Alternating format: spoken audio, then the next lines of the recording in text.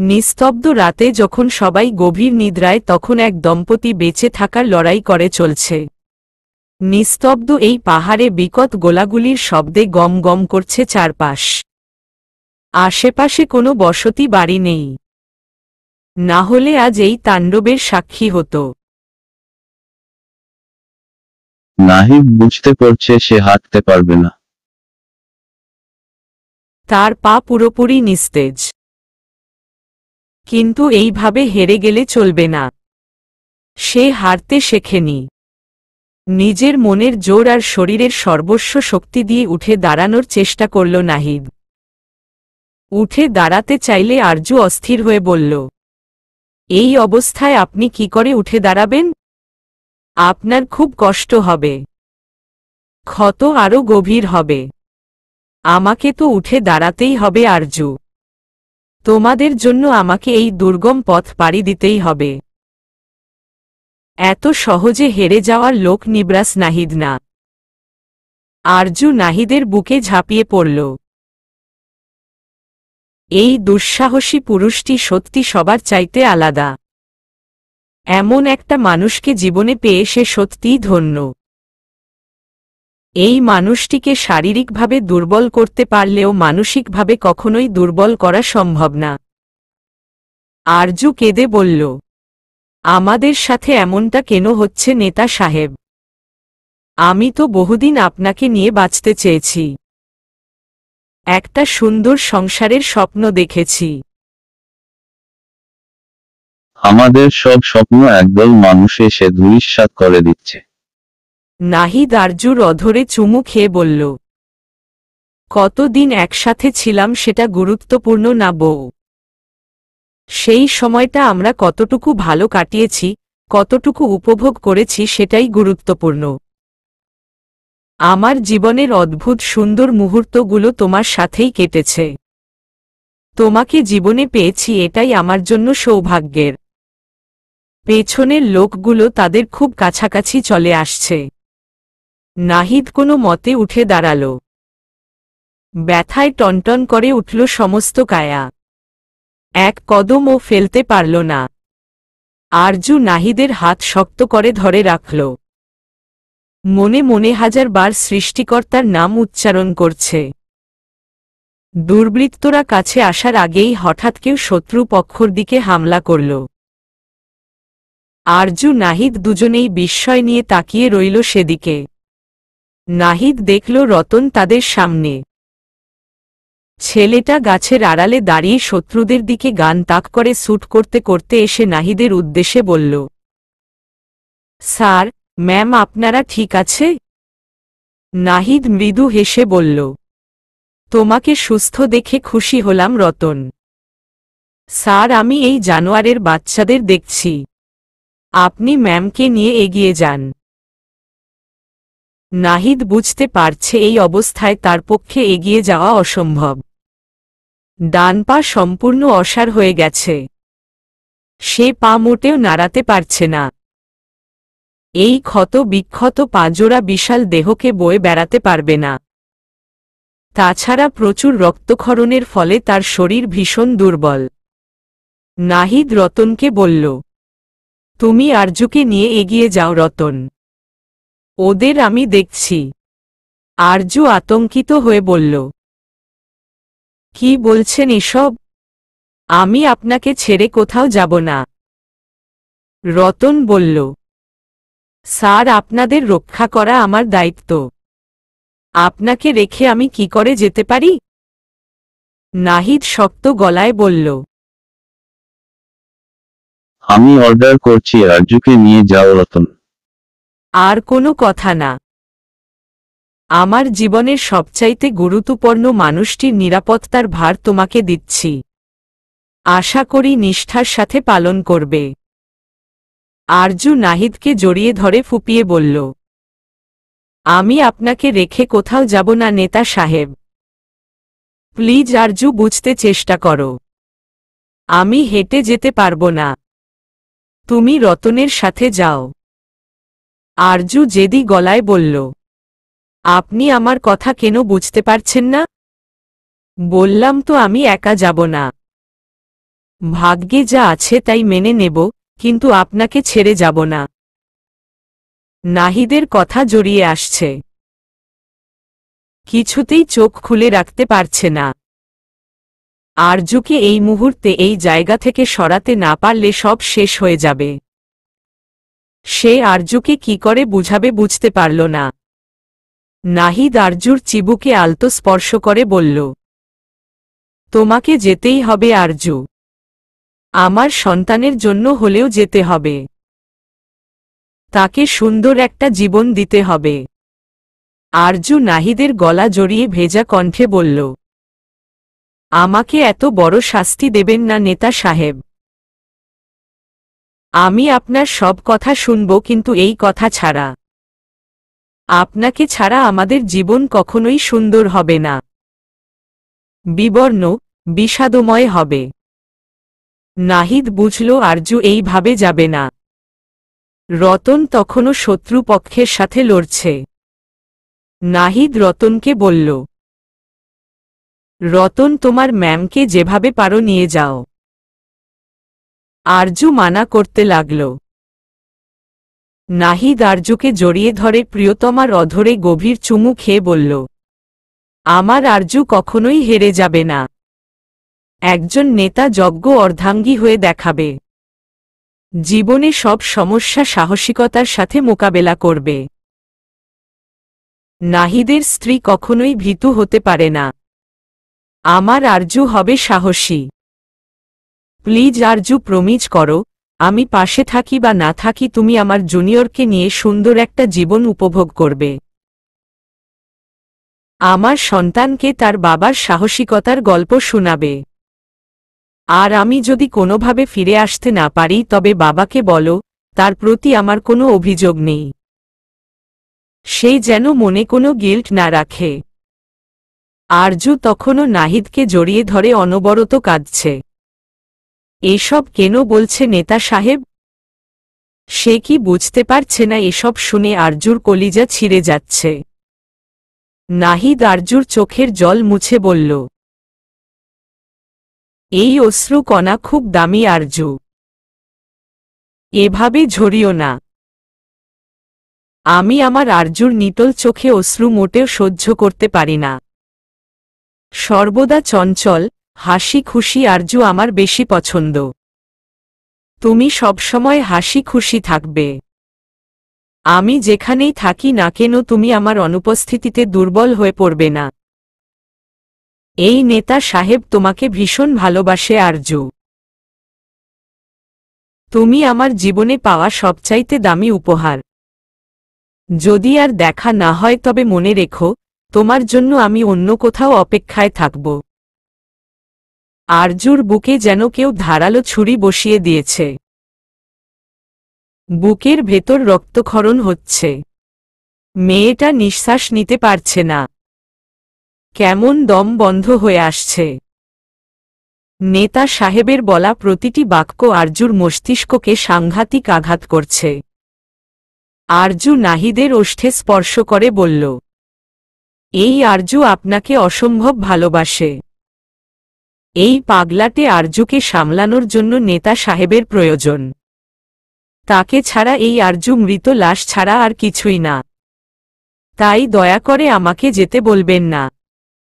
আমি শেষ নিঃশ্বাস অবধি আপনার পাশে থাকতে চাই। নাহিদ রতনকে ইশারা করল। রতনের নিজেকে অসহায় লাগছে।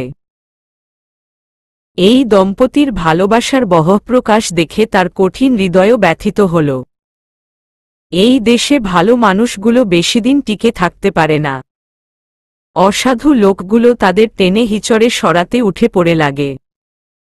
না হলে নাহিদের মতো যজ্ঞ নেতার আজ এই পরিস্থিতির মুখোমুখি হতে হতো না। স্বামীর প্রতি আরজুর আনুগত্য দেখে রতন নিজেই ইমোশনাল হয়ে পড়ল। স্বামী স্ত্রীর সম্পর্ক অদৃশ্য মায়ার বাঁধনে আটকে থাকে। এই বাঁধনে ছিঁড়ে গেলে কেমন নিঃস্ব হয়ে পড়ে তারা। এ কারণেই তারা একে অপরের পরিপূরক। সে আদেশ পালন করে আরজুকে টেনে নিয়ে যেতে লাগল। আরজু তখনও নাহিদের হাত শক্ত করে ধরে রেখেছে। এই হাত সে কিছুতেই ছাড়তে রাজি না। রতন এক প্রকার টেনে হিচড়ে আরজুকে নিয়ে যেতে লাগল। নাহিদ নিজেও জানে না এই হাত পুনরায় ধরতে পারবে কিনা। আরজু আর রতন যাতে সুস্থভাবে যেতে পারে তাই নাহিদ হামাগুড়ি দিয়ে অন্য গাছের আড়ালে চলে গেল। আর সেখান থেকে শত্রুদের হামলা করতে লাগল। এতে করে শত্রুদের মনোযোগ সম্পূর্ণ নাহিদের দিকে চলে যাবে। অন্ধকারে আর আরজু পিছু করবে না। আরজু যেতে যেতে দেখতে পাচ্ছে নাহিদ শত্রুদের দিকে গুলি ছুড়ছে। আরজুর দিকে চোখ পড়তেই সে আরজুর দিকে তাকিয়ে মলিন হাসল। হাত দিয়ে ফ্লাইং কিস ছুঁড়ে মারল। আরজু চাঁদের আলোয় স্পষ্ট দেখতে পেল নেতা সাহেবের গালে চিক চিক করা অশ্রুকণা। আরজু রতনের হাত ছাড়িয়ে নেতা সাহেবের দিকে যেতে চাইল, কিন্তু বিশাল দেহী রতনের হাত থেকে ছুটতে পারল না। ধীরে ধীরে নাহিদ আধারে মিলিয়ে গেল। আরজু কষ্টে ক্ষোভে রতনের হাতে খামচি কামড় দিতে লাগল, কিন্তু রতন যেন নিজ দায়িত্বে অনড়। সে শক্ত করে আরজুকে ধরে হাইওয়ে রাস্তায় উঠে পড়ল। কিছু সময়ের মধ্যেই বেশ কিছু আর্মির ফোর্স এসে তাদের সামনে থেমেছে। গাড়িতে নকিব মাহমুদকে দেখে আরজু কান্নায় ভেঙ্গে পড়ল। উদ্বিগ্ন নকিব মাহমুদ কাছে আসতেই রতন আরজুকে ছেড়ে দিল। আরজু ধপ করে মাঝ রাস্তায় বসে পড়ল। মাথার চুল টেনে চিৎকার করে কাদল মেয়েটা। নকিব মাহমুদ দ্রুত আরজুকে জড়িয়ে ধরলেন। বললেন, তুমি ঠিক আছো আরজু মা? আরজু পাগলের মতো আওড়াল, আমার নেতা সাহেব ঠিক নেই, একদম ঠিক নেই। তার ভীষণ কষ্ট হচ্ছে। তার পায়ে গুলি লেগেছে, পিঠেও আঘাত পেয়েছে, অনেক রক্ত ঝরছে তার, তাজা লাল রক্ত। ওকে বাঁচান চাচু, ওকে বাঁচান। আপনার পায়ে পড়ি আমার নেতা সাহেবকে এনে দিন। আরজুর পাগলামো দেখে নকিব মাহমুদ মাথায় হাত বুলিয়ে বলল, কিছু হবে না নাহিদের, তুমি অপেক্ষা করো, আমি ওকে নিয়ে আসছি। নকিব মাহমুদ জঙ্গলের দিকে ফোর্স নিয়ে অগ্রসর হলেন। আরজুকে যাওয়ার অনুমতি দিলেন না। আরজু বাধ্য হয়ে সেখানে দাঁড়িয়ে অপেক্ষা করতে লাগল। নেতা সাহেবের উপর আরজুর তীব্র অভিমান জমেছে। সর্বদা পাশে থাকার প্রতিশ্রুতি দিয়ে তাকে নিজের কাছ থেকে সরিয়ে দিলেন। বিপদ দেখে নিজে ঝাঁপিয়ে পড়ে তাকে দূরে ঠেলে দিলেন। এই ভুলের শাস্তি আরজু তাকে দিবে, খুব করে দিবে। অন্ধকার আকাশের চাঁদটাও আজ ঘন কালো মেঘে ঢেকে আছে। রাস্তার ল্যাম্পপোস্টের নিচে দাঁড়িয়ে আরজু অস্থির চিত্তে নেতা সাহেবের অপেক্ষা করছে। তার পাশে দাঁড়িয়ে আছে কয়েকজন অফিসার। রাতের আধারে হঠাৎ করে এলোমেলো বিধ্বস্ত আরজুকে দেখে যে কেউ ভয় পেয়ে যাবে। চোখ দুটো অসম্ভব ফুলে লাল হয়ে আছে, চোখে মুখে উদ্বিগ্নতার ছাপ। হাত পায়ের বেশ কিছু জায়গায় ছিলে সামান্য রক্ত পড়ছে। আরজু তীর্থের কাকের মতো জঙ্গলের পানে তাকিয়ে আছে। এই বুঝি সে আসল। এসে আরজুকে জড়িয়ে বলল, নিবরাস নাহিদকে এত হালকাভাবে নেওয়া ঠিক হয়নি তোমার। কিছুক্ষণ পরই দেখল আর্মির ফোর্স জঙ্গল থেকে বেরিয়ে আসছে। পেছনে আছে নকিব মাহমুদ। আরজুর মুখে হাসি ফুটে উঠল, কিন্তু পেছনে নাহিদকে দেখতে পাচ্ছে না। চিন্তিত আরজু দৌড়ে নকিব মাহমুদের সামনে দাঁড়িয়ে বলল, নেতা সাহেব কোথায় চাচু? উনি ঠিক আছেন? নকিব মাহমুদ অসহায় দৃষ্টিতে আরজুর দিকে তাকালেন। আরজু ভরকে গেল। শুকনো ঢোক গিলে বলল, কথা বলছেন না কেন? উনি কোথায়? চাচু, তাকে জলদি হসপিটালে নিতে হবে। অনেক আহত সে, উনি অনেক কষ্ট পাচ্ছেন। দ্রুত আসতে বলুন তাকে। নকিব মাহমুদের চোখ বেয়ে অশ্রু গড়িয়ে পড়ল। আরজু আতঙ্কিত হয়ে নকিব মাহমুদের কলার টেনে ধরল। প্রচণ্ড রেগে বলল, আপনি উনাকে ছাড়াই এসে পড়েছেন? কেমন অফিসার আপনি? আর কেমন ফোর্স আপনার? শত্রুদের ভয় ফিরে এসেছেন? ওইদিকে আমার নেতা সাহেব একা তাদের সাথে লড়ছে। আপনি কেমন চাচা তার? নিজের ভাতিজাকে ছেড়ে চলে এসেছেন? আপনাদের কাউকে আমার প্রয়োজন নেই। আমি নিজেই আমার নেতা সাহেবের কাছে যাচ্ছি। বলেই আরজু সামনে অগ্রসর হতে গেলেই দেখল দুজন লোক স্ট্রেচারে করে কাউকে নিয়ে আসছে। রাতের আধারে মানুষটিকে স্পষ্ট না দেখলেও আরজু অনুমান করতে পারল এটা নেতা সাহেব। সে দৌড়ে গেল সেখানে। দেখতে পেল নেতা সাহেবের বিবর্ণ, বিষাদময় মুখখানা, চোখ জোড়া বন্ধ। আরজু নাহিদের সারা মুখে হাত বুলিয়ে দিল। ডাকল তার নেতা সাহেবকে। আপনি ঠিক আছেন, নেতা সাহেব? শুনতে পাচ্ছেন? নাহিদকে সারা শব্দ করতে না দেখে আরজু রতনের উদ্দেশ্যে বলল, তোমার স্যার কি সেন্সলেস হয়ে পড়েছে? সাড়া দিচ্ছে না কেন? রতন কিছুই বলতে পারল না। আরজুর হঠাৎ চোখ পড়ল নাহিদের শরীরের দিকে। সাদা পাঞ্জাবি লাল রক্তে ভেসে যাচ্ছে। বুক আর পেটের বেশ কিছু জায়গা গুলিবিদ্ধ। সেখান থেকেই তাজা রক্ত ঝরছে। আরজু থমকে গেল। তার পুরো পৃথিবী যেন মুহূর্তেই থেমে গেল। আরজু ঠোঁট জোড়া অসম্ভব কাঁপছে। সারা শরীর ঝাঁকুনি দিয়ে উঠল।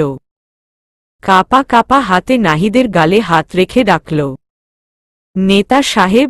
শুনতে পাচ্ছেন? আপনার খুব কষ্ট হচ্ছে তাই না? আপনার কিছু হবে না। রতন জলদি নেতা সাহেবকে গাড়িতে তুলো। তাকে হসপিটালে নিতে হবে।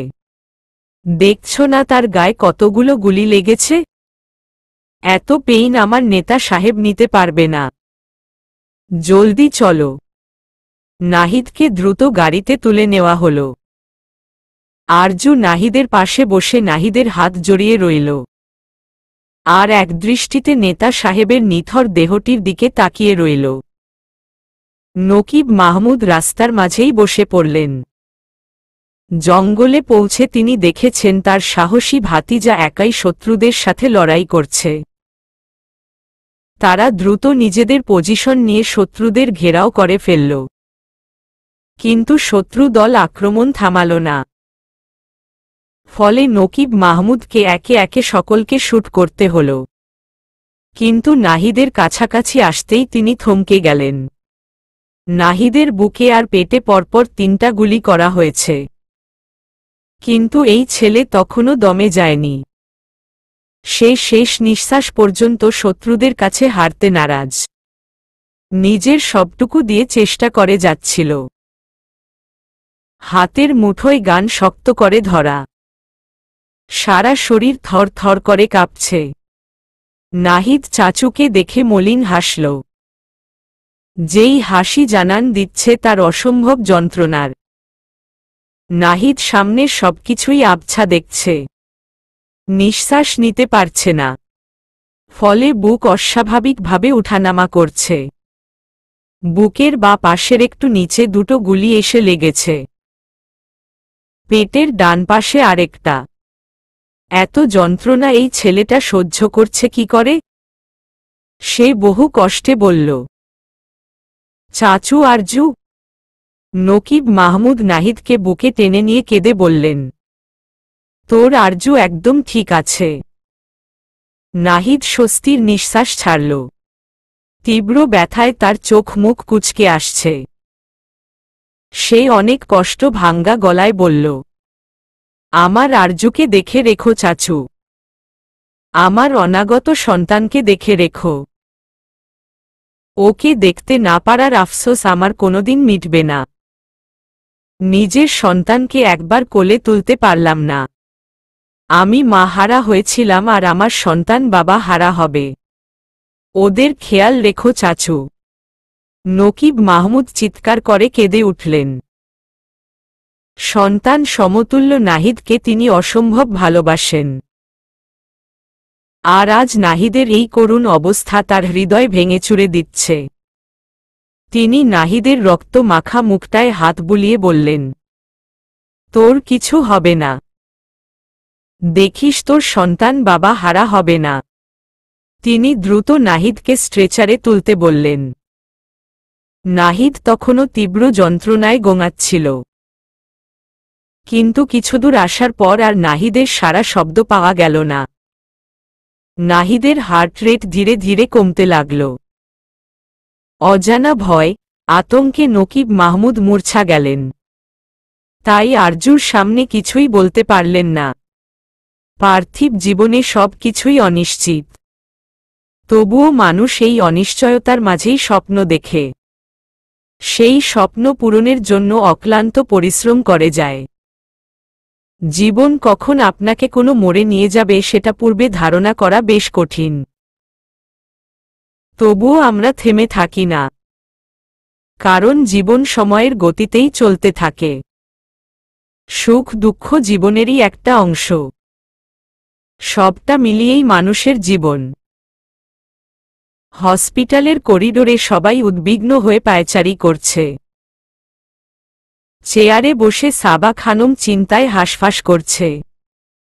তাকে একটু পরপর পানি খাওয়াচ্ছে জুবাইর আহমেদ। অবনী দাঁত দিয়ে নখ কামড়াতে কামড়াতে কামড়াতে ওটি রুমের দিকে তাকাচ্ছে।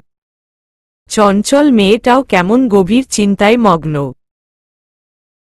নাইম মাহমুদ, নূরজাহান বেগম, নিবিত মাহমুদ আর জাহিদ একপাশে দাঁড়িয়ে আছে।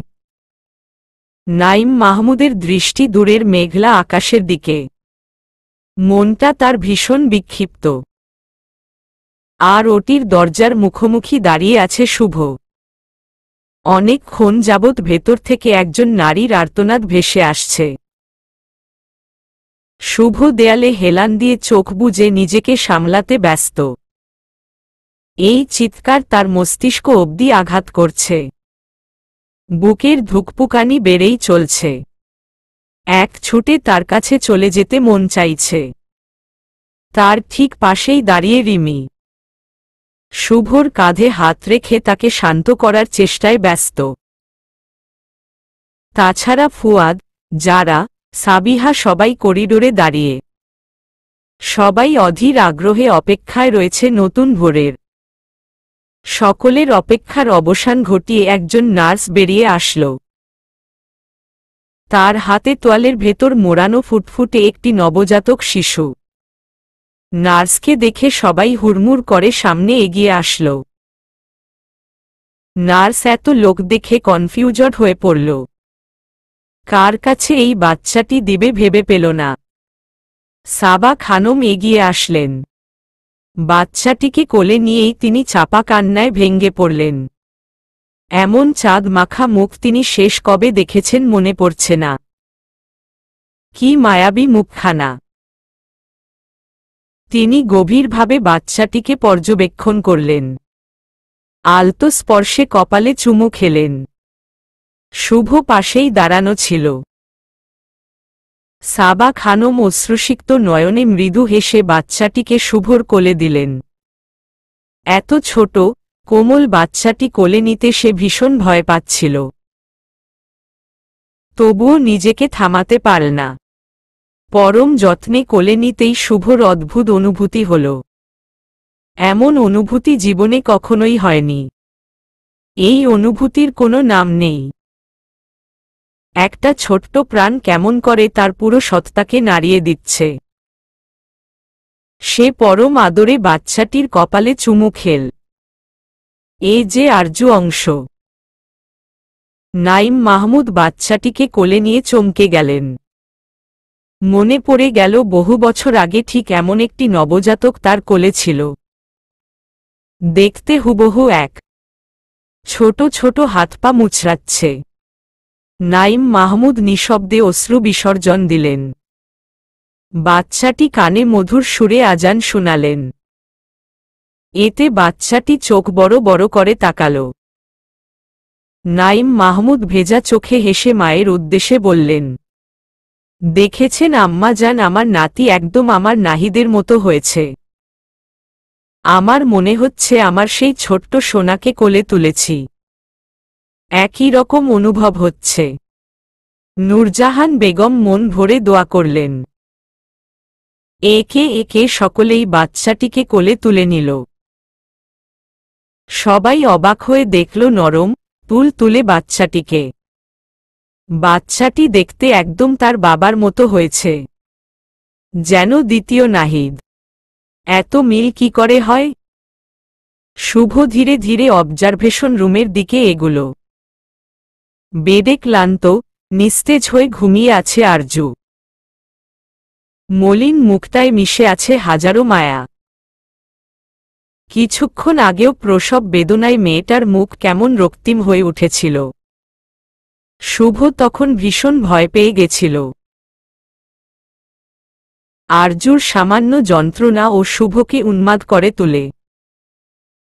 আরজুর চোখে মুখের এখনো ক্লান্তি ছাপ স্পষ্ট। শুভ আরজুর শিয়েরে দাঁড়িয়ে আরজুর এলোমেলো চুলে হাত বুলাল। ভারী পল্লব জোড়া পিট পিট করে খুলে হালকা তাকালো আরজু। শুভ মৃদু হেসে বলল, কি রে ভেবলি, এত ছোট্ট একটা বাচ্চা জন্ম দিয়ে গিয়েই তোর হালুয়া টাইট? আমাদের দাদি নানিরা একসাথে কত বাচ্চা সামলিয়েছে জানিস? আরজু দুর্বল শরীরটা নাড়াতে পারল না। মলিন হেসে বলল, তোর বিয়ের পর বউকে বলিস এক গাদা বাচ্চা পয়দা করতে। শুভ মৃদু হাসল।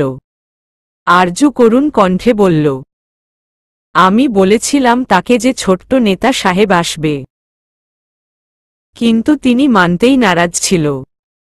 আমি তো মা, আমি আগেই বুঝতে পেরেছি আমার ছোট্ট নেতা সাহেব আসছে। এইবার ছেলেকে দেখিয়ে আমি তুমুল ঝগড়া করব তার সাথে। এমনি আকাশ সমান অভিমান জমে আছে। তার সাথে দেখা হলে মোটেও কথা বলবো না। শুভ কিছুই বলল না। মলিন দৃষ্টিতে আরজুর দিকে তাকিয়ে রইল। আরজুর চুলে হাত বুলিয়ে বলল, তুই কত বড় হয়ে গেছিস আরজু, বাচ্চার মা হয়ে গেছিস। আমি বিশ্বাস করতে পারছি না। কয়দিন আগেও চুলে ঝুঁটি বেঁধে গাল ফুলিয়ে আমার সাথে ঝগড়া করতে আসতি। আমার গাল মোটেও ফোলা ছিল না। আমি সর্বদাই কিউট ছিলাম। আর আমি না তুই ঝগড়া করতি। শুভ হাসল। মেয়েটাকে হাসলে এত ভালো লাগে কেন? একজন নার্স এসে বাচ্চাটিকে আরজুর পাশে শুইয়ে দিল। অসম্ভব মায়াবী শিশুটি মায়ের পাশে নিশ্চিন্তে ঘুমাচ্ছে। আরজু এক দৃষ্টিতে তার দিকে তাকিয়ে রইল। ভাবল নেতা সাহেব নিজের সন্তানকে দেখলে নিশ্চয়ই সুখে কাঁদতেন। সুখ জিনিসটা আরজুর জীবনে কখনোই স্থায়ী ছিল না। জীবনের খাতা খুললে সেখানে না পাওয়ার পৃষ্ঠায় বেশি লেখা পাবে। আরজুর দুচোখ বেয়ে অশ্রু গড়িয়ে পড়ল। চোখের সামনে ভেসে উঠল পুরনো দিনের কিছু ভয়ঙ্কর স্মৃতি। সেদিন নাহিদকে হাসপাতালে নেওয়ার পর ডক্টর তাকে মৃত ঘোষণা করেন। একাধিক গুলির আঘাতের প্রচণ্ড যন্ত্রণা ভোগ করে ধীরে ধীরে শেষ নিঃশ্বাস ত্যাগ করে নাহিদ। হসপিটালে নেওয়ার আগেই সে নিস্তেজ হয়ে পৃথিবীর মায়া ত্যাগ করে। এই খবরটা আরজুর সত্তাকে নাড়িয়ে দিয়েছিল। একদম পাথর বানিয়ে দেয় মেয়েটাকে। কিছুক্ষণ অবধি আরজু বুঝতেই পারেনি কি হচ্ছে। এই খবর আরজুর শরীরের রক্ত হিম শীতল করে তুলেছিল। আরজু যেন কথাটা বিশ্বাস করতে পারেনি। নাহিদের সারা মুখে অস্বাভাবিকভাবে হাত বুলাতে বুলাতে পাগলের মতো বলতে থাকে, কি বলছেন আপনারা এসব? আমার নেতা সাহেবের কিছুই হয়নি। তার মতো সাহসী ব্যক্তির কিছুই হতে পারে না। কয়েক ঘন্টা আগেও আমার এই হাত শক্ত করে ধরে রেখেছিল। নেতা সাহেব, আপনি জলদি উঠুন তো। এরা কেউ চায় না আমরা সুখে থাকি। জলদি উঠে এদের দেখিয়ে দিন। ওরা সবাই মিথ্যা বলছে। আমার নেতা সাহেবের কিছুই হয়নি। সে আমাকে রেখে কোথাও যাবে না। উঠুন তো জলদি। আমি কিন্তু রেগে যাচ্ছি। এমন করলে আর আপনার সাথে কথা বলবো না। শুনতে পারছেন আপনি? আরজু অনবরত নাহিদকে ডাকতে লাগল আর নাহিদের সারা মুখে চুমু খেতে লাগল। আরজুর অস্বাভাবিক আচরণ দেখে নকিব মাহমুদ আরো ভেঙে পড়লেন। তিনি ফ্লোরে বসে কাঁদতে লাগলেন।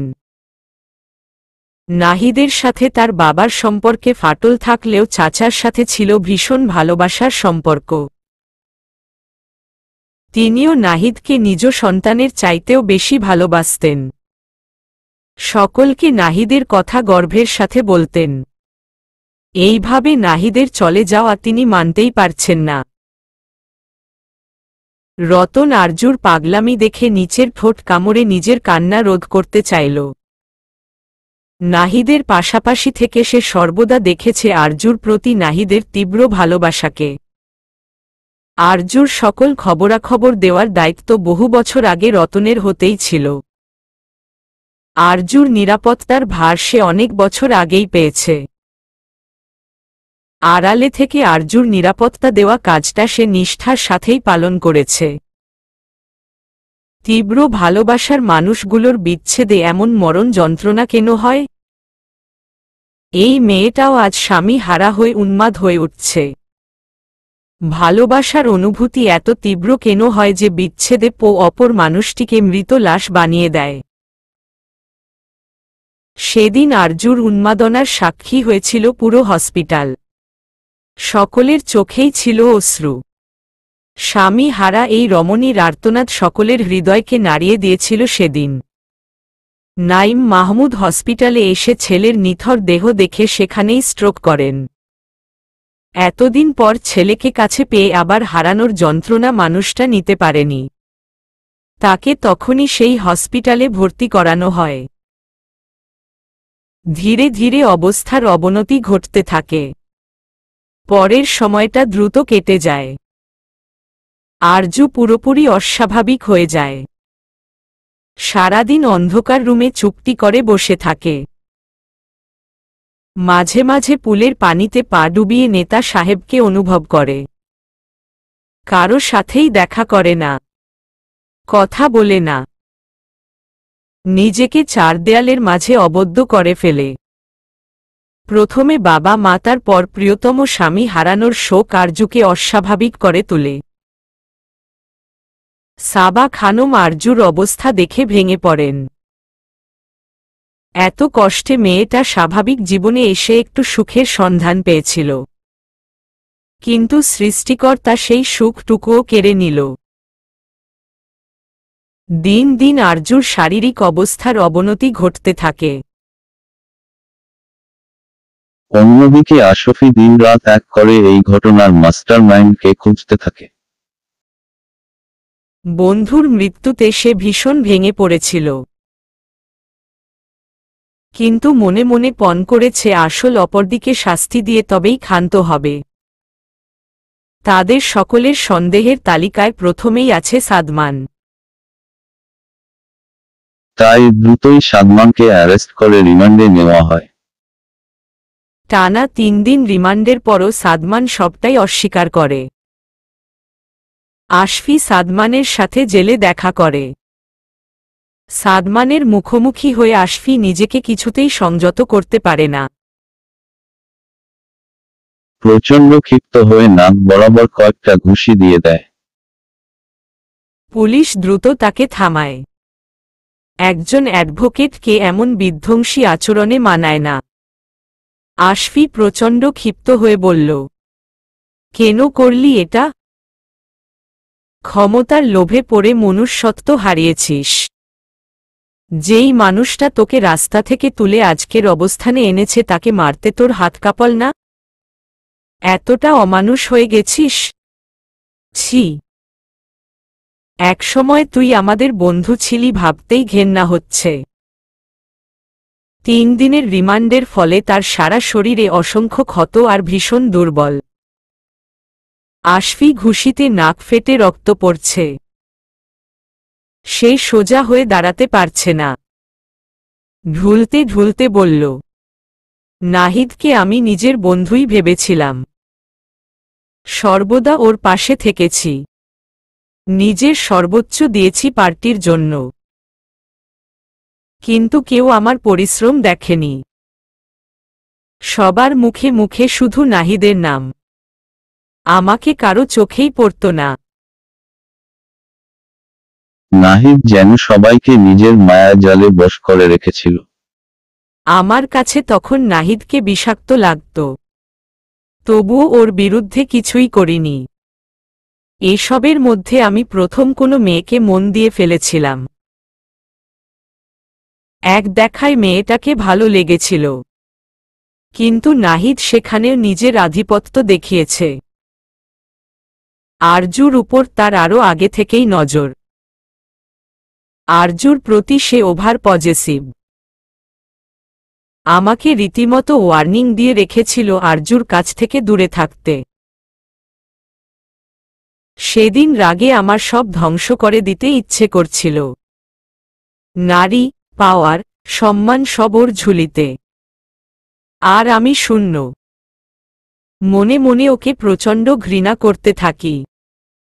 ওর দাদাজানের জন্য সে সবার কাছে সম্মানী ব্যক্তি হয়ে উঠেছে। আর আমি নাহিদের একজন চেলা হয়ে সাইডে পড়েছিলাম। কিন্তু আমি এমন চাইনি। আমি ক্ষমতা চেয়েছি। সবাই আমাকে সম্মান করুক সেটাই চেয়েছি। যেটা এই পার্টিতে থেকে সম্ভব ছিল না।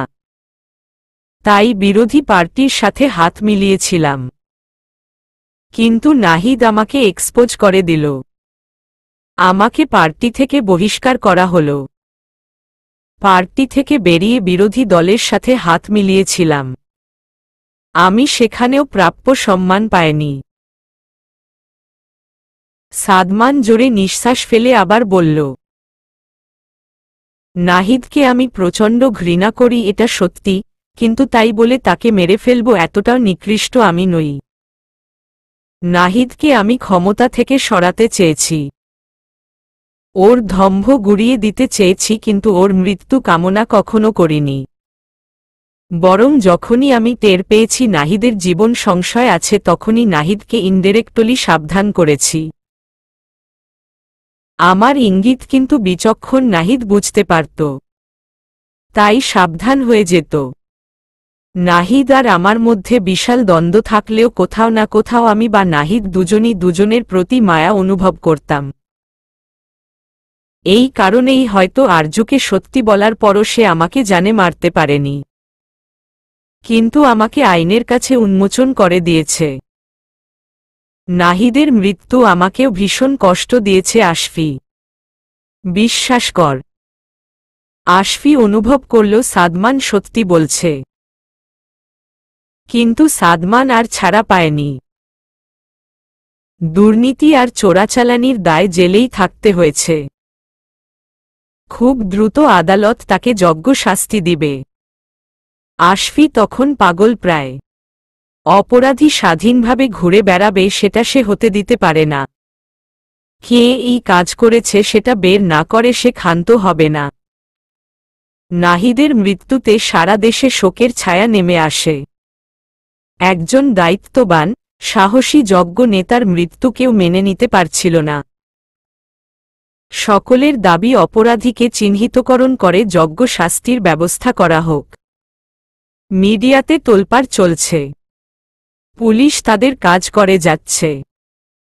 আশফি মোটেও থেমে নেই। সে পুরো দমে ইনভেস্টিগেশন চালিয়ে যাচ্ছিল। ফাইনালি সে আসল অপরদিকে ধরতে সক্ষম হয়। কোলাহলপূর্ণ চারপাশ। সারা হলরুম জুড়ে মানুষের আনাগোনা। সবার দৃষ্টি স্টেজে বসা রূপসী রমণীর দিকে। গাঢ় লাল বেনারসি শাড়িতে মেয়েটাকে অপসরী লাগছে। সবাই দেখছে মেয়েটির মিষ্টি মুখখানা। বাহ, সত্যি অপরূপ সেই দৃশ্য। সেখানেই সামনের ফাঁকা জায়গায় ছোট্ট একটি বাচ্চা শেরওয়ানি পরে ছুটোছুটি করছে। ছোট ছোট হাত পা দুলিয়ে খেলছে। স্টেজে থেকে মেয়েটি সেই বাচ্চার দিকে তাকিয়ে হাসছে। তার মন চাইছে স্টেজ থেকে নেমে বাচ্চাটিকে একটু আদর করে দিতে। এত কিউট কেন ছেলেটা, সারাক্ষণ আদর করতে মন চায়।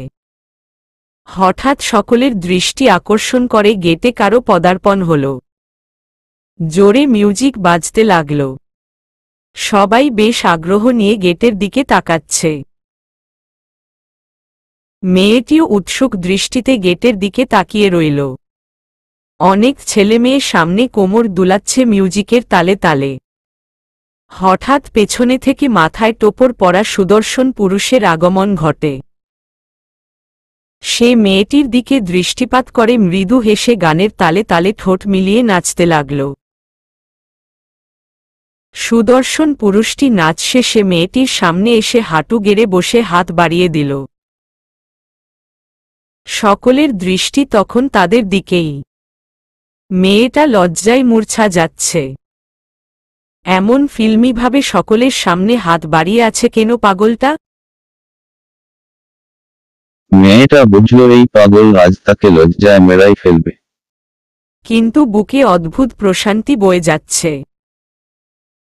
এমন একটি দিনের অপেক্ষা সে বহুদিন যাবৎ করছিল।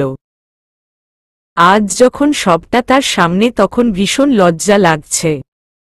পুরুষটি মৃদু হেসে বলল, আমার হৃদয় তোমার কাছে সমর্পণ করেছি বহু আগেই। কিন্তু পরিস্থিতি কখনো সেই কথা মুখ ফুটে বলতে দেয়নি। তবে আজ বলতে দ্বিধা নেই। ভালোবাসি তোমাকে প্রিয়তমা। হবে কি আমার ছোট্ট রাজ্যের রানী? কথা দিচ্ছি কোনোদিন ওই ডাগর ডাগর চোখের অশ্রুর কারণ হব না। অভিমানের দেয়াল ভেঙে হাতটা একবার ধরে দেখো। মেয়েটি অনুভূতির সাগরে ভাসছে। সবটাই যেন স্বপ্ন মনে হচ্ছে। তার দুচোখ ভিজে উঠল মুহূর্তেই। পাশ থেকে যারা বলে উঠল, কেঁদে কেটে যদি মেকআপ নষ্ট করে ভূত হয় যাস, তবে বাসর ঘরে পড়ি না পেতনির দেখা পাবে বেচারা। মেয়েটি রাগী চোখে তাকালো যারার দিকে। ফুয়াদ ছেলেটির কাঁধে চাপড় মেরে বলল, তুই তো শালা হেব্বি রোমান্টিক। তোর কাছে আমিও ফেল। বউ না জানি আমাকে ফেলে চলে যায়। পাশে দাঁড়ানো লামিয়া পেছনে থেকে ফুয়াদের পিঠে চিমটি কাটল। ফুয়াদ লামিয়ার দিকে ফিরে মৃদু হেসে বলল, স্টেজে উঠে কি শুরু করলে? বাসায় গেলে তখন না হয় চিমটি, খামচি, কামড়, চুমু সব দিও। লামিয়া লজ্জায় লাল হয়ে গেল। এমন ঠোঁটকাটা লোককে নিয়ে সংসার করা ভীষণ কঠিন। যখন তখন এরা লজ্জা দিয়ে অস্থির করে ফেলে। লামিয়া লজ্জায় দ্রুত স্টেজ থেকে নেমে পড়ল। ফুয়াদ সেদিকে এক নজর তাকিয়ে বলল, লজ্জাবতী বউ নিয়ে যত ঝামেলা। মন খুলে প্রেম করা যায় না। যাই হোক, বউ মনে হয় খেপেছে। আজ খবর আছে আমার। শালা নিজে বাসর করবি আর আমি বিরহ করব। ফুয়াদ চলে যেতেই রামিম সাবিহার উদ্দেশ্য বলল, তোর অভিমান ভাঙবে কিনা জানি না, কিন্তু এইভাবে আর কিছুক্ষণ বসে থাকলে আমার পা নিশ্চিত ভেঙে যাবে। পরে খোড়া জামাই নিয়ে চলতে হবে তোকে। সাবিহা মুচকি হেসে রামিমের হাতে হাত রাখল। রামিম সাবিহার হাতের পিঠে আলতো স্পর্শ ছুঁয়ে দিল। শিউরে উঠল মেয়েটা। অনুভূতিরা যেন আজ বেসামাল। ভালোবাসে মানুষটিকে পাওয়া সত্যি পরম সুখের।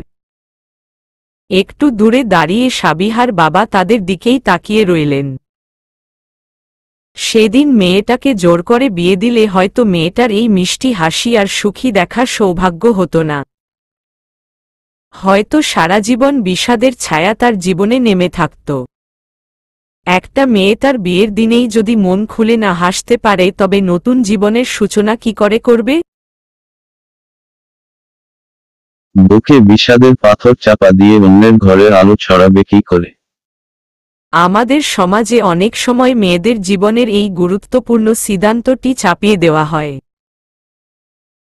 অথচ এই সিদ্ধান্ত নেওয়ার একমাত্র অধিকার তার একার।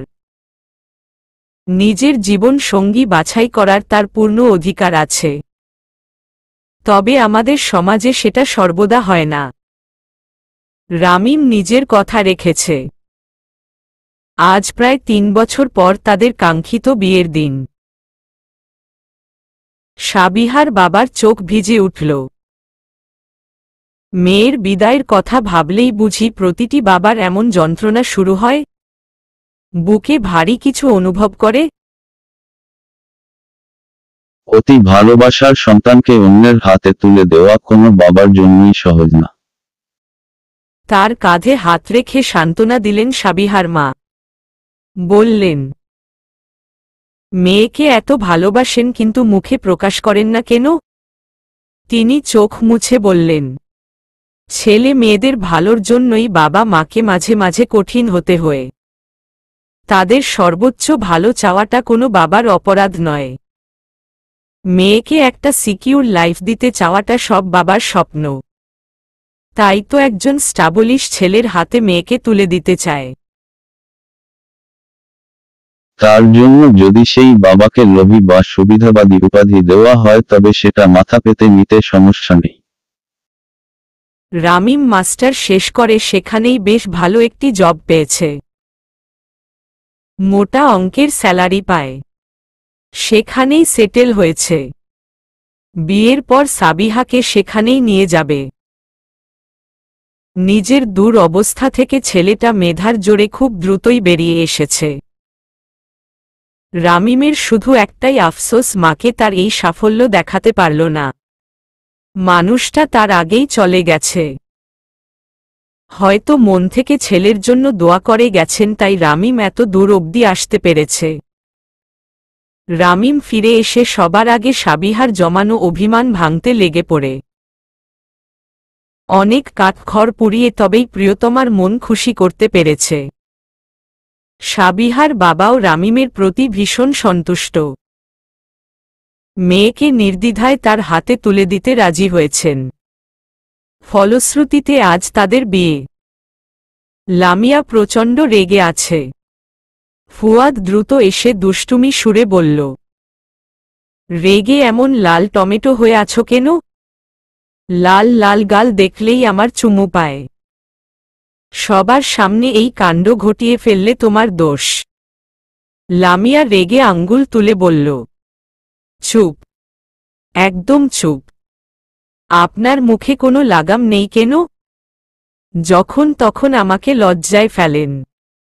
আপনার বন্ধুরা আমার কত বড়, তাদের সামনে আমাকে এমন লজ্জা না দিলে হতো না? আমি কি করলাম বাবা?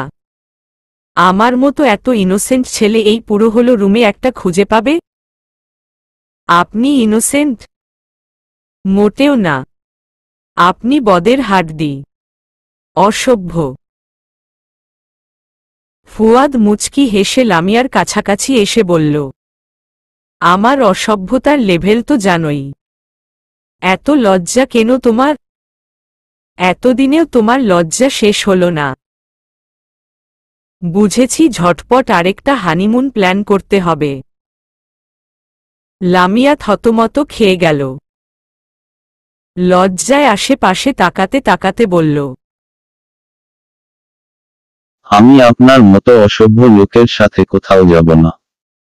সেখানেও অসভ্যতাম করবেন? ফুয়াদ লামিয়ার উদরে আলতো স্পর্শ করে নিজের কাছাকাছি এনে বলল, হানিমুন মানেই তো অসভ্যতার চূড়ান্ত লেভেলে পৌঁছানো। তোমার এই লজ্জা আমাকে আরও অসভ্য করে তোলে। লামিয়া দ্রুত ফুয়াদের কাছ থেকে নিজেকে ছড়িয়ে নিল। এই ছেলেটা তার দম বন্ধ করে ছাড়বে। সে দৌড়ে চলে যেতে যেতে বলল, আপনার জন্য শাস্তি আছে। আজ থেকেই আমি লামিসার রুমে থাকব। ফুয়াদ মৃদু হেসে বলল, রুমের বাইরে এক কদম ফেলে দেখো তোমার অবস্থা কি করি। লামিয়া ততক্ষণে সেখান থেকে চলে গেছে। ফুয়াদ শব্দ করে হাসল। জীবন আসলেই সুন্দর, যদি ভালোবাসার মানুষটি পাশে থাকে। ফুয়াদ এমন জীবনই সবসময় চেয়েছে। একজন যত্নশীল, দায়িত্ববান স্ত্রী। যেই মেয়ে মমতাময়ী মা রূপে দায়িত্বশীল বোন হতে পারে, সে নিঃসন্দেহে চমৎকার জীবনসঙ্গিনী হবে। বছর খানেক আগেই ফুয়াদ বাবা মায়ের সামনে লামিয়াকে বিয়ে করবে বলে জানায়। যেহেতু সে নিজের পায়ে দাঁড়িয়েছে, তার মা বাবা দুজনেই এর ঘোর বিরোধিতা করে। ফুয়াদের মায়ের মনে ছেলের জন্য অনুশোচনা থাকলেও লামিয়ার মতো নিম্নবিত্ত মেয়েকে ঘরের বউ করতে রাজি ছিল না। বেশ কিছুদিন যাবৎ চেষ্টা করে ফুয়াদ যখন দেখল বাবা মাকেও মানছে না, তখন তার জেদ আরও বাড়ল। একদিন বাবা মায়ের সাথে তুমুল ঝগড়া করে রাতে লামিয়ার বাসায় পৌঁছে বলল, লামিয়া, আমি তোমাকে বিয়ে করতে চাই, আর সেটা আজকেই। জেদি ফুয়াদের এমন কথায় মেয়েটা ঘাবড়ে গেছিল। ভয় ভয় সে মানা করেছিল ফুয়াদকে। ফুয়াদ তো নাছোড় বান্দা। বন্ধু মহলকে সেই রাতেই জড়ো করে কাজী ডেকে এনেছিল। লামিয়া এই পরিস্থিতি কি করবে বুঝতে পারছিল না। বেচারি কেঁদে বুক ভাসাচ্ছিল। ফুয়াদকে সে ভালোবাসে সত্যি, কিন্তু নিজের অবস্থান ভুলে ওমন ধনাঢ্য পরিবারে ছেলেকে নিজের করে পাওয়ার মতো আকাশ কুসুম কল্পনা সে করেনি। ফুয়াদ লামিয়ার হাতে হাত রেখে বলেছিল, তুমি ভয় কেন পাচ্ছ?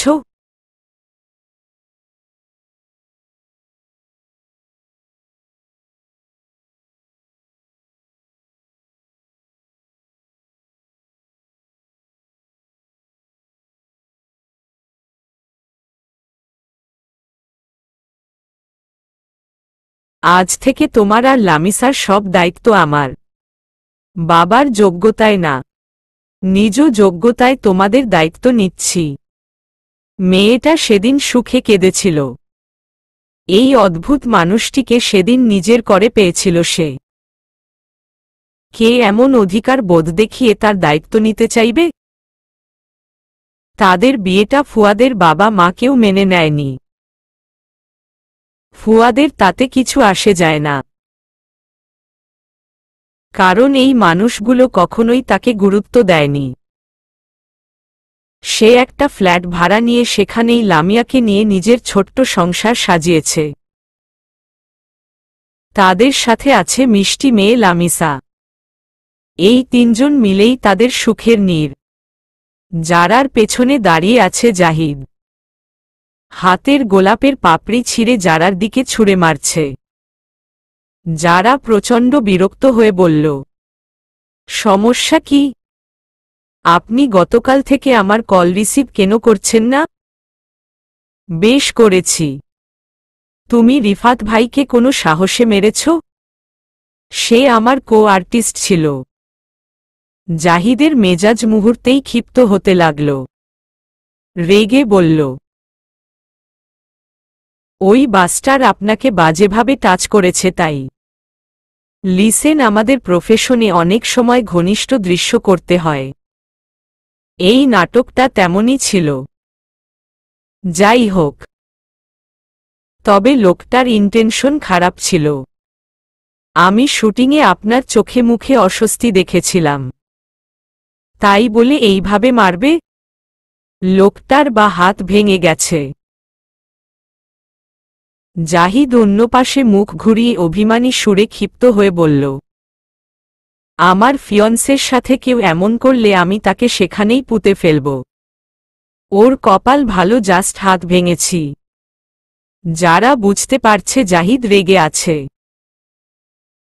এই ছেলেটার এত জেদ আসে কোথা থেকে? তবে রাগলে ভীষণ কিউট লাগে। তাই যারা জাহিদের হাতে হাত রেখে বলল, এই পিচ্ছি ছেলে, তোমার কি আমার উপর রাগ হচ্ছে? জাহিদ যারার দিকে তাকিয়ে বলল, এটাই সমস্যা। আপনার উপর আমি রাগ দেখতে পারি না। যারা মৃদু হাসল, বলল, আমার প্রফেশন নিয়ে তোমার সমস্যা হচ্ছে?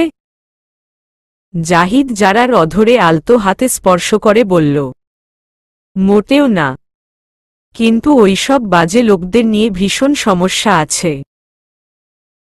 এসব মানুষের সাথে আর কখনোই কাজ করবেন না। আচ্ছা বাবা, এত রাগের কি আছে?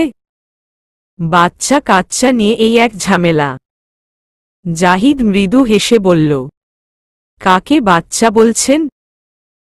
একবার বিয়ে হতে দিন, তার প্রথম বিবাহ বার্ষিকী বাচ্চা কোলে নিয়ে উদযাপন করব। যারা রেগে বলল, অসভ্য। জাহিদ হেসে বলল, আপনার জন্য। যারা হেসে উঠল, এই ছেলে কখনোই শুধরাবে না। মাস 6 আগে যারা আর জাহিদের এনগেজমেন্ট হয়েছিল। যারা কিছুই জানত না। ভীষণ অবাক হয়েছিল সে। এই ছেলেটা কেমন করে যেন তার পুরো পরিবারকে পটিয়ে ফেলেছে। সে তো ভাবছে তাদের এজ গ্যাপ নিয়ে সমস্যা হতে পারে, কিন্তু যেখানে নাইম মাহমুদ আর নাহিদ রাজি ছিল সেখানে আর সমস্যা হওয়ার কথা ছিল না। জাহিদ মাস্টার্স করছে আর পাশাপাশি বাবার ব্যবসা সামলাচ্ছে। প্রথম দিকে জাহিদের মা সানজিদা মাহমুদের বয়সের পার্থক্য নিয়ে আপত্তি থাকলেও যারার মতো সুপরিচিত মডেল আর উচ্চবিত্ত পরিবারের মেয়ে হওয়ার কারণে মতো পাল্টিয়েছেন। তাছাড়া তার ছেলে ওই নাহিদের স্বভাব পেয়েছে। বরং নাহিদ তো শান্ত ছিল, কিন্তু এই ছেলে বাউন্ডুলে, দুরন্ত আর প্রচণ্ড জেদি। আরজু খাবার নিয়ে ছেলের পেছনে দৌড়াচ্ছে। ছেলেটা এমনি ভীষণ শান্ত, কিন্তু খাবার খাওয়া বেলায় যত বাদরামি শুরু করে। স্টেজের সামনে টি টি করে ঘুরছে। আরজু বিরক্ত হয়ে বলল, নাভান, আমার প্রচুর রাগ লাগছে কিন্তু। এসো খেতে এসো। বাচ্চাটি আরজুর কথায় মোটেও পাত্তা দিল না, বরং আরও দৌড়াতে লাগল। হঠাৎ করেই কেউ বাচ্চাটিকে কোলে তুলে নিল আর বলল, কি লিটলে লিডার, দৌড়াচ্ছে কেন? বাচ্চাটি ছোট ছোট দাঁত বের করে হেসে ভাঙ্গা ভাঙ্গা গলায় বলল, শুভু, চকলেট খাবো। চকলেট? তুমি নাকি গতকাল আমার দেওয়া এক বক্স চকলেট এক বসায় শেষ করেছ? বাচ্চাটি খিল খিল করে হেসে বলল, চকলেট মজা। মজা তাই না? তোমার একটা দাঁতে নাকি পোকা ধরেছে। তোমার মাম্মি আমার উপর ভীষণ ক্ষেপা, আমাকে পেলেই পিটাবে। বাচ্চাটি হেসে বলল, শুভু, তুমি বাবু, মাম্মি ভয় পাও। বাচ্চাটির কথায় শুভ হেসে উঠল। এই আধো আধো বুলিতে বাচ্চাটিকে ভীষণ মায়াবী লাগে। শুভ নাভানের নরম কোমল গালে চুমু খেয়ে বলল, আমাদের নাভান বাবাটা ভীষণ পেকে গেছে। বাচ্চাটি হাত নেড়ে বলল, শুভ ভালো আত্মগুলো। 2 হাত মেলে দেখাল। শুভ হেসে বলল, নাভান বেবি, ও খুব ভালো অনেকগুলো। বাচ্চাটির খিল খিল করে হাসল। আরজু তখনই পেছনে এসে রেগে বলল, এই ফাজিল তোর কোলে? না খেয়ে আমাকে দৌড়ের উপর রেখেছে। শুভ নাভানের গালে আদর দিয়ে বলল, একদম ঠিক করেছে তাই না লিটল লিডার? বাচ্চাটি মাথা দুলিয়ে হাসছে। আরজু ভীষণ ক্ষেপে বলল, তোদের জন্য আমার শান্তশিষ্ট বাচ্চাটা দিন দিন বাদর হচ্ছে। আর একদিন যদি ওকে চকলেট দিস তো তোর খবর আছে। শুভ মুখ ভেঙচে বলল, তোকে ভয় পায় কে? সব জায়গায় নেতার বউ ভাব নিবি না, থাপড়িয়ে গাল লাল করে দিব। নাভান শুভর কোলে হাততালি দিয়ে হেসে উঠল। আরজু রেগে বলল, বাচ্চার সামনে এইসব বলে? ফাজিল একটা। আরজু রেগে মেগে চলে গেল। শুভ জানে আরজুর এত মেজাজ খারাপ হওয়ার কারণ। সে নাভানের গালে আলতো ছুঁয়ে বলল, আজ তোর বাপের খবর আছে। শুভ অনেকক্ষণ যাবৎ একজনকে খুঁজছে। একটু সামনে আগাতেই দেখল আরজু, যারা আর রিমি ফুচকার স্টলে দাঁড়িয়ে একের পর এক ফুচকা সবার করছে। শুভ রিমির দিকে তাকাল। সাদা গ্রাউনে পরিণীত নারীটিকে ভীষণ আকর্ষণীয় লাগছে, তবে কোথাও যেন কিছু একটা মিসিং। শুভ কপাল চুলকে কমতি খুঁজে বের করতে লাগল। কয়েক মুহূর্ত পর বুঝতে পারল রিমির চোখে আজ চশমা নেই। মেয়েটা লেন্স পরেছে। শুভর মন খারাপ করল। চশমাতে রিমিকে তার ভীষণ কিউট লাগে। মেয়েটা নিজের সৌন্দর্যই বুঝল না। ফুয়াদ তখনই পাশে এসে দাঁড়াল। শুভকে রিমির দিকে তাকিয়ে থাকতে দেখে মুচকি হেসে বলল, আর কতদিন মেয়েটাকে অপেক্ষা করাবি? শুভ মৃদু হাসল। দুই পকেটে হাত গুজে এক পলক আরজুর দিকে তাকাল। তারপর রিমির দিকে দৃষ্টি নিক্ষেপ করে বলল, আর না, ওর অপেক্ষার প্রহরের অবসান খুব দ্রুতই ঘটবে। আরজুকে ভুলতে পারবি কখনো? শুভ আরজুর দিকে তাকিয়ে বলল, ভালোবাসা মানে এই নয় যে কাউকে বিয়ে করতেই হবে। কখনো কখনো ভালোবাসার মানুষের সুখের জন্য বুকের ভেতরে শত যন্ত্রণা রেখে রেখে হাসি মুখে প্রিয় মানুষটিকে বিদায় দিতে হয়। ফুয়াদ মৃদু হাসল, আবার প্রশ্ন করল, ভালোবাসতে পেরেছিস রিমিকে? শুভ মৃদু হাসল। বলল, যারা অতিরিক্ত ভালোবাসা পায় তারা ভালোবাসা ধরে রাখতে পারে না। তারা সব সময় ভালোবাসাকে অবহেলা করে। জীবনের একটা সময় গিয়ে ভালোবাসা পাওয়ার জন্য চিৎকার করে কাঁদে, কিন্তু ভালোবাসা তখন আর ধরা দেয় না। আমি সেই ভুল করতে চাই না। রিমিকে ফিরিয়ে দেওয়ার সাধ্য আমার নেই। ওকে ভালোবাসি কিনা বুঝতে পারি না, তবে ওকে আজকাল একটা দিন না দেখলে, একদিন কথা না হলে অস্থির লাগে। ফুয়াদ হেসে শুভর কাঁধে হাত রেখে বলল, বন্ধু তুমি ফেঁসে গেছ। প্রেম তোমার জীবনে দ্বিতীয়বার ধরা দিয়েছে। শুভ মাথা নিচু করে মৃদু হাসল। আর চোখে রিমির দিকে তাকাল। সাবিহা আর রামিমের বিয়ে পড়ানো হবে। কাজী উপস্থিত, কিন্তু রামিম কারো জন্য অপেক্ষা করছে। একটু পরই গেটে পর চারটি গাড়ি উপস্থিত হয়। গাড়ি থেকে একজন সুদর্শন পুরুষ দ্রুত বেরিয়ে আসল। রামিম মানুষটিকে দেখে হেসে উঠল। দূর থেকে সেই পুরুষটি রামিমকে চোখের ইশারায় শুরু করতে বলল। রামিম হেসে কাজীকে বিয়ে পড়াতে বলল। ছেলেটি এসে আরজুর গা ঘেঁষে দাঁড়াল। আরজু ছেলেটির দিকে মোটেও তাকাচ্ছে না। ছেলেটি আরজুর অভিমান দেখে বলল, সুন্দরী মেয়েদের রাগলে আরো ভয়ঙ্কর সুন্দরী লাগে। আরজু তখনও অভিমান করে রইল। ছেলেটি আরজুর শাড়ির ফাঁকে উন্মুক্ত উদরে রুক্ষ হাত গলিয়ে আরজুকে একদম নিজের কাছে নিয়ে আসল। আর ফিচেল স্বরে বলল, ম্যাডাম কি খুব রেগে আছে? আচ্ছা সরি, কাজ ছিল তাই লেট হয়েছে। আরজু রেগে বলল, সারা রাজ্যের কাজ আপনি একাই মাথায় নিয়ে ঘুরেন? আমাদের জন্য আপনার সময় নেই। আরে পাগলি আমার, আমি তো তোমাদের মায় বেঁচে আছি, না হলে কবেই চলে যেতাম। আরজু আঁতকে উঠে ছেলেটির মুখে হাত চেপে বলল, ওই বীভৎস দিনগুলোর কথা একদম মনে করবেন না। আমি চাই না ওই কালো অধ্যায় আর মনে করতে। ছেলেটি মৃদু হেসে আরজুর কপালে আলতো স্পর্শ ছুঁয়ে দিল। আরজু পরম আবেশে চোখ বুজে নিল। তখনই নাভান দৌড়ে আসলো তাদের সামনে। ছেলেটিকে দেখে বলল, পাপা পাপা। নাহিদ হেসে ছেলেকে কোলে তুলে নিল। ছেলের কোমল গালে চুমু খেয়ে বলল, আমার বাবাটা পাপকে মিস করছিল। এত মিস পাপা।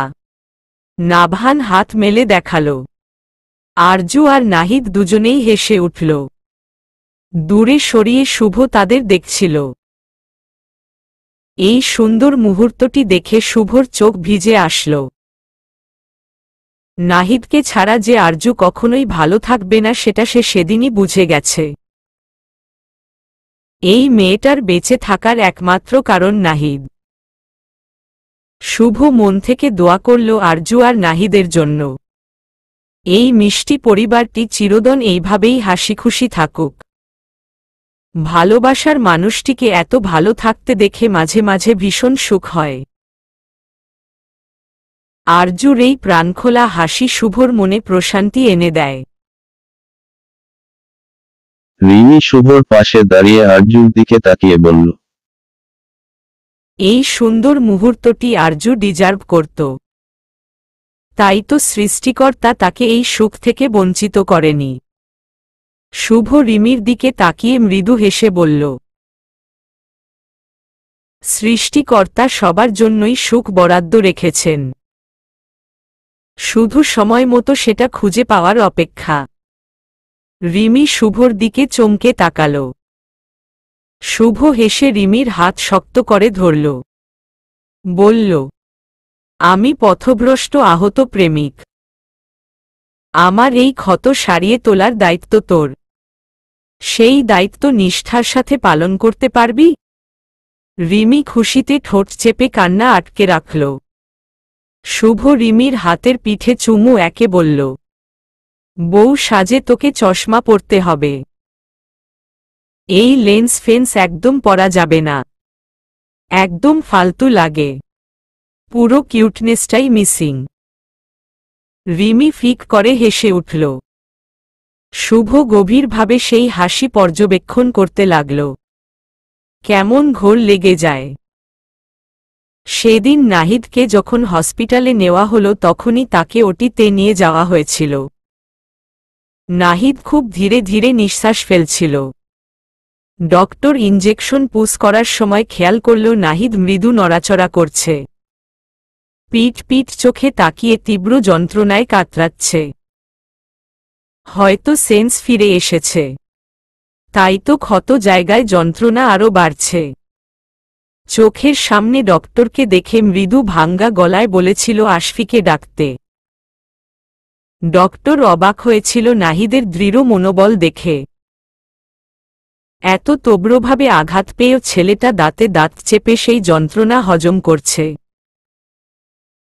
নাহিদ দাঁতে দাঁত চেপে ধমকের সুরে বলেছিল, এক্ষুনি তাকে ডাকুন। আমি সেন্সলেস হওয়ার আগে তাকে কিছু বলতে চাই। কাজটা খুব গোপনে করুন। ডক্টর একজন ওয়ার্ড বয়কে দিয়ে বাইরে উদ্বিগ্ন আশফিকে চুপিসারে ডাকল। আশফি ওটি রুমে পৌঁছে নাহিদকে দেখেই জড়িয়ে ধরে কেঁদে দিল। সবচাইতে ঘনিষ্ঠ বন্ধুর এই পরিণতি কিছুতেই মানা যায় না। নাহিদ ঘন ঘন নিঃশ্বাস নিচ্ছে। আশফির পিঠে হাত বুলিয়ে বলল, আশফি কান্না বন্ধ করে আমার কথা মন দিয়ে শোন। এই সব কিছুর পেছনে যে আছে সে দাদাজানকেও মেরেছে। তারা আসিফকে একটা মাধ্যম বানিয়েছে মাত্র। আমি ভেবেছি এটা লিয়াকত আলীর কাজ। কিন্তু আমি ভুল। যেই কাজটা করেছে তাকে হেল্প করেছে আমাদের বাড়ির কেউ। আমি বুঝতে পারছি আমার পরিবার বিপদের মুখে আছে। আমার কিছু বিষয় নিয়ে সন্দেহ ছিল। তাই সাইফুলকে ইনভেস্টিগেশনের দায়িত্ব দিয়েছিলাম। তোর কাছে অনুরোধ, তুই সাইফুলের ডিটেলস অনুযায়ী এগিয়ে বের কর কে ছিল।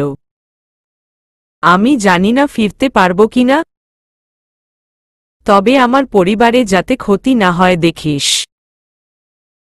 আমি যদি বেঁচে ফিরি তবে শত্রুরা আরো হিংস্র হয়ে উঠবে। তুই ভালো করেই জানিস তোর কি করতে হবে এখন। আশফি চমকে তাকালো। নাহিদের হাত ধরে ভরসা দিয়ে বলল, তোকে চিন্তা করতে হবে না, তোর কিছুই হবে না দেখিস, আমি সব সামলে নিব। তখন নাহিদ আরজুকে রতনের সাথে পাঠানোর পর ঘাতকদের একজন কাউকে কল করে বলে, চিন্তা করবেন না, ওর দাদার মতো ও মরবে। ওর দাদাকে তো বাড়ির ভেতরেই মারতে পেরেছি। নাহিদের নাকের ডগা দিয়ে ওর বাড়ির ভেতরেই আরেক শত্রু উৎপেতে বসে আছে। আর বেচারা নাহিদ সারা দুনিয়া খুঁজে বেড়াচ্ছে। কিন্তু এই নাহিদ বহুত চালাক। ওকে মারতে যেয়ে আমাদের অনেক লোক মারা গেছে, তবে বাঁচতে পারবে না। মারাত্মকভাবে ওকে জখম করা হয়েছে, গুলিও করা হয়েছে। তবে চিন্তা করবেন না, ওকে মেরে ওর লাশ চেক করে তবেই যাব। তারা নাহিদের উদ্দেশ্যে শ্যুট করতে থাকে, কিন্তু হুট করে আর্মির ফোর্স চলে আসায় তাদের প্ল্যান ভেস্তে যায়। নিজদের আত্মরক্ষার জন্য আক্রমণ চালিয়ে যায়, কিন্তু শেষ অবধি টিকতে পারেনি। সবাইকেই মরতে হয়, কিন্তু একজন বেঁচে ছিল, কিন্তু গুরুতর আহত। তাকেও চিকিৎসার জন্য পাঠানো হয়। লোকটি বেশ কিছুদিন চিকিৎসাধীন ছিল। চলবে।